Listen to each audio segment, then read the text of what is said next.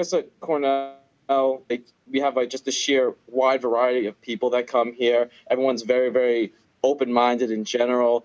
Also, you're getting people from the ages of 18 to 22, 23, like all here, especially at, Brown too, Ivy League school. It's very, very stressful workload, and people like always look for ways to release that stress on weekend. So it's, that ends up being a very big go-to for some people. Like they'll work incredibly hard 5-6 days a week, but then those 2 nights that they have off, they just kind of like, let things happen.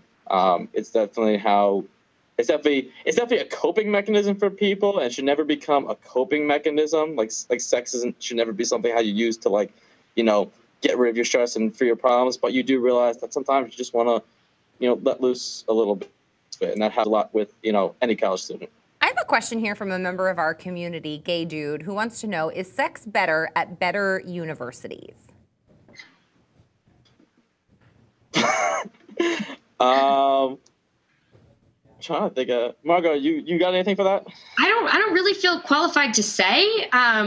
I don't feel like I've experienced enough range of universities, and I really don't have any theories on this in particular. Well, okay, I have one. I can see sort of where Gay Dude is coming from. If you think about growing up, who you saw in school getting the very, very best grades, the smartest people in the class typically were not always the hottest or most sexual people in the class. So if it stands to reason that a bunch of, let's call them nerds, can end up at some of the better schools, I will keep the both of you excluded. Right now.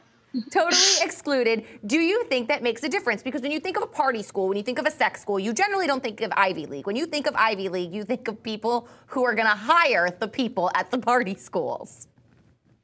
And you both hate me now. Well, I would argue that actually maybe if you were the nerd and perhaps have a little bit less confidence, you might actually be a little bit more attentive to the other person's needs, and that actually might make you a better sexual partner. That's what I'm thinking.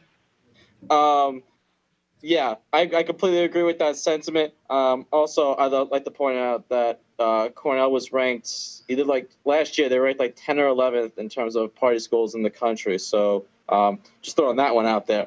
And we're always ranked the sexiest. And party at the same time. I was just playing devil's advocate here. I can clearly see that neither one of you are nerds. You can't clearly see that with me. Let's be honest. As you adjust your hat and your eye mask.